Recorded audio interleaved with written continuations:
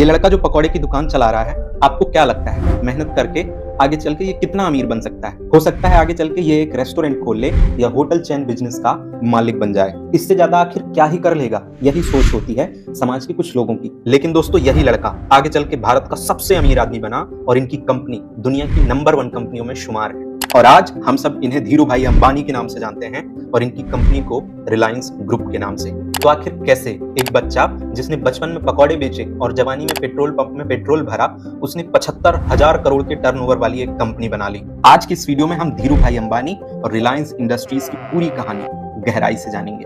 तो आइए शुरू करते हैं धीरू भाई अंबानी के प्रारंभिक जीवन से। दोस्तों, इस कहानी की शुरुआत होती है 28 दिसंबर 1932 से, जब गुजरात के चोरवाड़ गांव में एक मिडिल क्लास फैमिली में धीरज लाल हीरालाल अंबानी का जन्म हुआ था। और यही साधारण सा दिखने वाला लड़का आगे चल के धीरू भाई अंबानी के नाम से फेमस हुआ।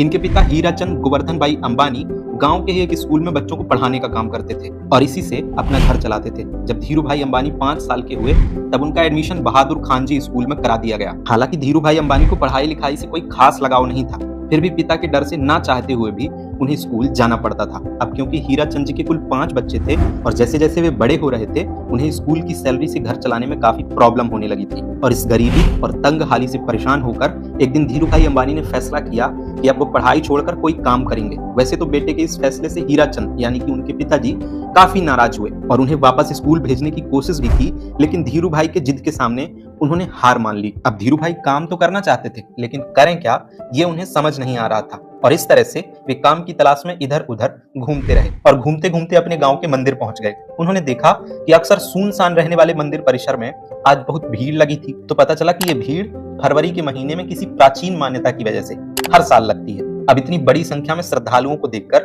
धीरू भाई ने सोचा कि यहाँ खड़े खड़े इन लोगों को भूख तो जरूर लगेगी, क्यों ना इस मौके का फायदा उठाकर यहाँ पकौड़े बेचे जाएं। आइडिया बढ़िया था। धीरू भाई को उनके पिता की तरफ से जो भी थोड़ा बहुत पॉकेट मनी मिलती थी वो उसे एक गुल्लक में जमा कर देते थे, लेकिन अब उस गुल्लक को तोड़ने का समय आ चुका था। उन्होंने बिना किसी देरी के गुल्लक को तोड़ दिया और सारे पैसे निकाल के एक ठेला खरीद लिया और मंदिर के पास ही पकौड़े बेचने लगे। अब दोस्तों, इस धंधे से शुरुआत में तो उन्हें बहुत प्रॉफिट हुआ, लेकिन कुछ समय के बाद जब श्रद्धालुओं की संख्या कम होने लगी तो उनकी आमदनी लगभग ना के बराबर रह गई। ऐसे में उन्हें लगा कि अब यहाँ पर समय बर्बाद करने से कोई फायदा नहीं, इसलिए उन्होंने अपना ठेला बेच दिया और सारे पैसों को बैंक में जमा करा दिया और आगे चलकर वो फिर काम की तलाश में लग गए। उस दौरान उन्होंने देखा कि बहुत सारे लोग यमन में काम करने के लिए जा रहे हैं और आज से पहले जो भी लोग वहां गए हैं उनकी फाइनेंशियल कंडीशन काफी अच्छी हो गई है। लेकिन इसके पीछे की वजह क्या थी? जवाब ढूंढने पर धीरू भाई को पता चला कि यमन में इंडिया से कई गुना ज्यादा पैसे मिलते हैं। इसलिए धीरू भाई अंबानी भी 1950 के दौरान महज 17 साल की उम्र में अपने बड़े भाई मणिक लाल के पास यमन चले गए। वहां पहुंचने के बाद मणिक लाल ने उन्हें यमन के एक पेट्रोल पंप में नौकरी दिला दी और धीरू भाई को 300 रुपए प्रति माह सैलरी मिलने लगी। एक तो धीरू भाई अंबानी भारतीय थे और ऊपर से मारवाड़ी, तो पेट्रोल पंप में काम करते करते उन्होंने अपना दिमाग लगाया और कई छोटी छोटी तरकीबों की वजह से उस पेट्रोल पंप की सेल को कई गुना बढ़ा दिया। ऐसा करने की वजह से पेट्रोल पंप का रेवेन्यू काफी ज्यादा बढ़ गया और उनके काम से खुश होकर उन्हें पेट्रोल पंप का मैनेजर बना दिया गया। अब क्योंकि प्रमोशन हो गया था, इसलिए पेट्रोल पंप पर काम करने के बाद भी धीरू भाई के पास काफी टाइम बच जाता था। तो ऐसे में उन्होंने सोचा कि इस खाली टाइम में क्यों ना एक और जॉब कर ली जाए और ऐसा सोच के उन्होंने एक जगह और क्लर्क के तौर पर काम करना शुरू कर दिया। अब दोस्तों, हम इंडियन दुनिया के किसी भी कोने में क्यों न चले जाएं, पर अपनी चाय की आदत को नहीं बदल सकते और धीरू भाई अंबानी भी चाय पीना बेहद पसंद करते थे। यमन में उनके लिए 2 ऑप्शन थे, या तो वो सड़क के किनारे वाली 10 पैसे की चाय पी लें या किसी अच्छे होटल में 1 रुपए की चाय पी लें। तो धीरू भाई अंबानी ने चुना 1 रुपए वाली चाय को, ताकि वो चाय की चुस्कियां लेते लेते आसपास के अमीर लोगों की बातों को सुनकर ये जान सकें कि आखिर वो लोग ऐसा क्या करते हैं कि वो इतने अमीर हैं। ऐसे ही एक दिन जब वो एक अच्छे से होटल में चाय पी रहे थे, तभी उन्होंने अपनी बगल वाली टेबल पर बैठे 2 लोगों की बातें सुनी, जिसमें एक व्यक्ति दूसरे को बता रहा था कि क्या तुम्हें पता है, हमारे यमन में जो चांदी के रियाल के सिक्के चलते हैं ना, उनमें लगी चांदी की कीमत इस रियाल से भी ज्यादा है। यानी कि 100 रुपए के सिक्कों में 110 रुपए की चांदी है। अगर कोई इसे पिघला कर निकाल ले तो फिर उसके पास तो पैसे ही पैसे होंगे। अब वैसे तो ये अमीर लोग इस बात को बस मजाक मजाक में कर रहे थे, लेकिन धीरू भाई अंबानी ने इसे सीरियसली ले लिया और उन्होंने एक मशीन खरीदी और लाखों की संख्या में सिक्कों को पिघलाना शुरू कर दिया।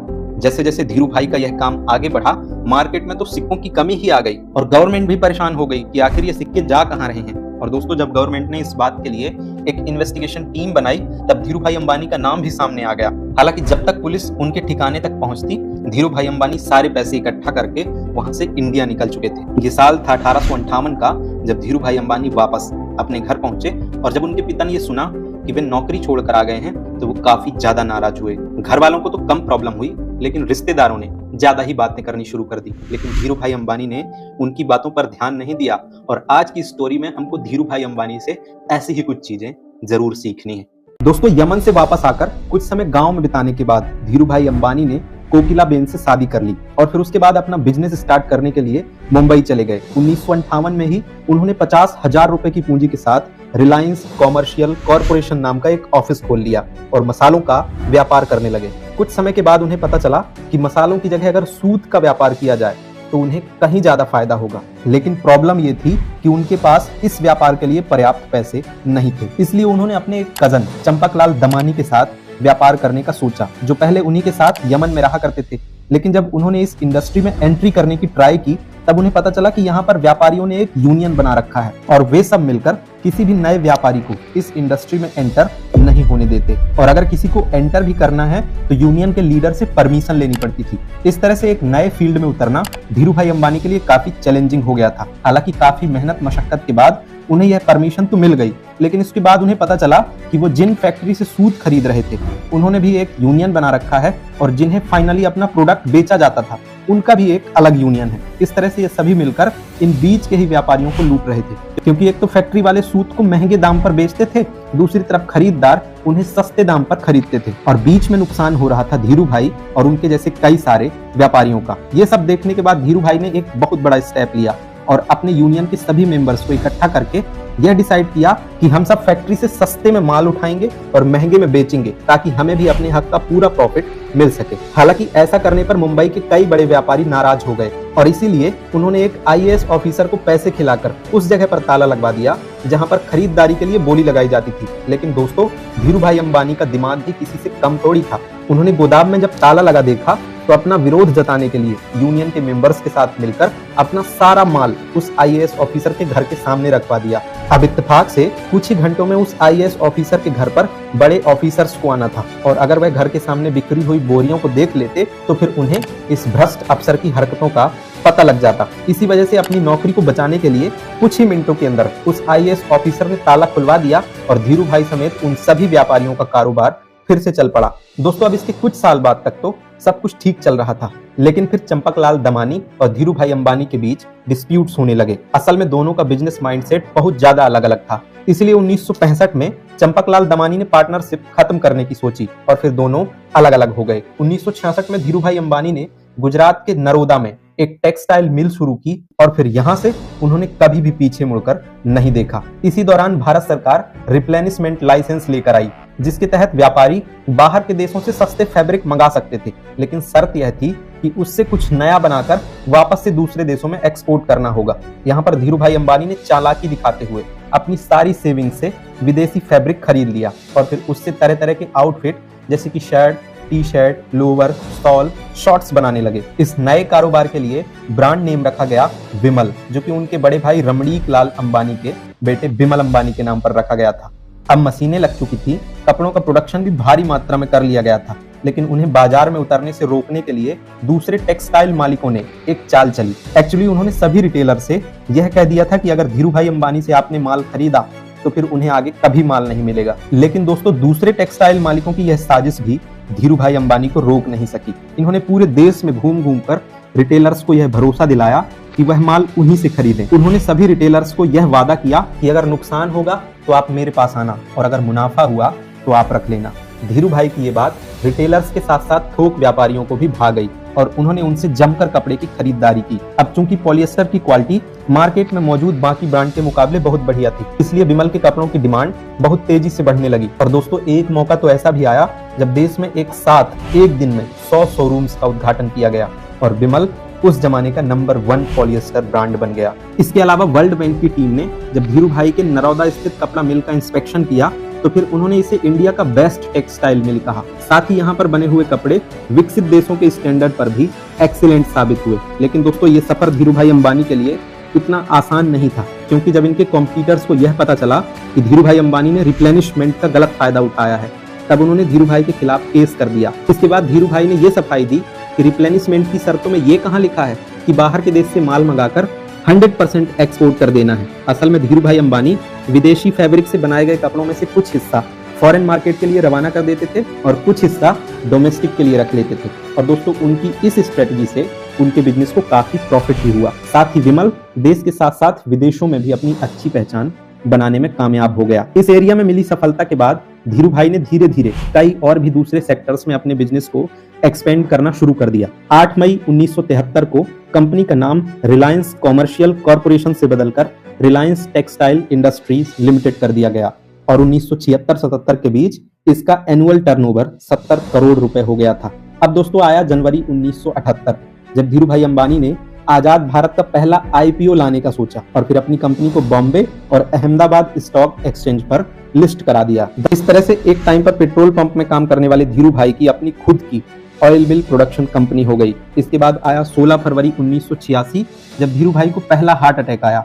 एक्चुअली उन्होंने अपने बेटे मुकेश अंबानी को बताया कि उनकी पीठ में काफी तेजी से दर्द हो रहा है और इससे पहले कि उन्हें हॉस्पिटल ले जाया जाता वे बेहोश हो गए। अब जब मुकेश अंबानी उन्हें लेकर अफरा तफरी में हॉस्पिटल पहुंचे तो डॉक्टर्स ने कहा कि इनके लिए अगले 42 घंटे बेहद क्रिटिकल हैं। लेकिन दोस्तों इतनी सीरियस हालत होने के बावजूद भी होश में आते ही उन्होंने अपने बेटे को देखते हुए कहा कि तुम परेशान मत होना, मैं सब ठीक कर दूंगा। और इस स्ट्रोक के बाद से धीरू भाई का एक हाथ पैरालाइज हो गया था, लेकिन इन्होंने डिसाइड किया कि यह उनकी कमजोरी नहीं बनेगा। इसलिए लगातार 3 महीने तक उन्होंने खूब एक्सरसाइज की, डाइट पर पूरा ध्यान दिया और लाइफ स्टाइल में बदलाव किया। इसका असर यह हुआ कि इनका हाथ पहले से काफी ठीक हो गया था।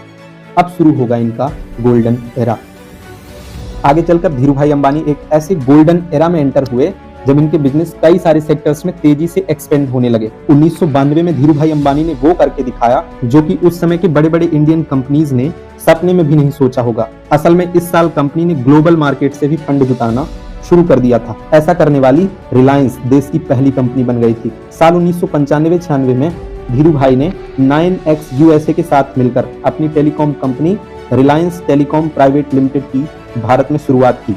इसके बाद से 1998 से 2000 के दौरान इन्होंने दुनिया के सबसे बड़े रिफाइनरी पेट्रोकेमिकल को गुजरात के जामनगर में ओपन किया। और दोस्तों इस टाइम तक धीरू भाई अंबानी का इतना बड़ा नाम हो गया था कि उन्हें देश सहित विदेशों में भी पॉपुलैरिटी मिलने लगी थी। धीरू भाई अंबानी जब भी कोई नया काम शुरू करने जाते तो वे कोकिलाबेन का विचार जरूर मांगते थे। और दोस्तों इसी तरह के सपोर्ट और मेहनत का ही नतीजा है कि मसाले और पॉलिएस्टर बेचने से शुरुआत करने वाले धीरू भाई अंबानी साल 2000 तक देश के सबसे अमीर लोगों में शुमार हो चुके थे। उन्होंने 350 स्क्वायर फीट के कमरे से अपने बिजनेस की शुरुआत की थी और फिर देखते ही देखते रिलायंस देश की टॉप कंपनीज में गिनी जाने लगी। कहा जाता है कि अपने सपनों को पूरा करने के लिए धीरू भाई बेहद डिसिप्लिन लाइफ जिया करते थे। उन्होंने अपने काम करने के घंटों को भी तय करके रखा था और वे कभी 10 घंटे से ज्यादा काम नहीं करते थे। लेकिन पहले हार्ट अटैक के बाद से उनकी तबीयत लगातार खराब रहने लगी थी, जिसके चलते उन्हें हर थोड़े दिन में हॉस्पिटल का चक्कर लगाना पड़ता था। और दोस्तों फिर आया 24 जून 2002 का वो दिन जब धीरू भाई अंबानी को फिर से एक डेडली स्ट्रोक आया और उन्हें मुंबई के ब्रिज कैंडी हॉस्पिटल में एडमिट कराया गया। यहाँ पर डॉक्टर्स ने बहुत कोशिश की, लेकिन लगातार ट्रीटमेंट के बाद भी उनकी हालत में कोई सुधार देखने को नहीं मिला और इसी वजह से आखिरकार 6 जुलाई 2002 को 69 साल की उम्र में उन्होंने दुनिया को अलविदा कह दिया और अरबों का साम्राज्य अपने बेटों के लिए छोड़ गए। जिस समय उनकी मृत्यु हुई थी उस समय कंपनी का टर्नओवर 75,000 करोड़ रुपए हो गया था और ग्लोबल फॉर्च्यून 500 की लिस्ट में रिलायंस ने अपनी जगह बना ली थी। कमाल की बात तो यह है कि इतनी दौलत और शोहरत हासिल करने के बावजूद भी उन्होंने एक बहुत साधारण जीवन जिया और अपनी रूट्स को कभी नहीं भूले। एक मामूली से पकौड़े बेचने वाले के लिए जीरो से शुरुआत करके कई पीढ़ियों तक चलने वाला एक साम्राज्य खड़ा करना ऑलमोस्ट इम्पॉसिबल था, लेकिन धीरू भाई अंबानी ने यह काम करके दिखाया। तो आज के इस वीडियो में हमने जाना the legend the greatest Dhiru भाई अंबानी की कहानी। आपको ये वीडियो कैसा लगा कमेंट करके जरूर बताइएगा। यदि अच्छा लगा हो तो इस वीडियो को लाइक और हमारे चैनल को सब्सक्राइब जरूर कर लीजिएगा। अब हम मिलेंगे नेक्स्ट वीडियो में। शुक्रिया।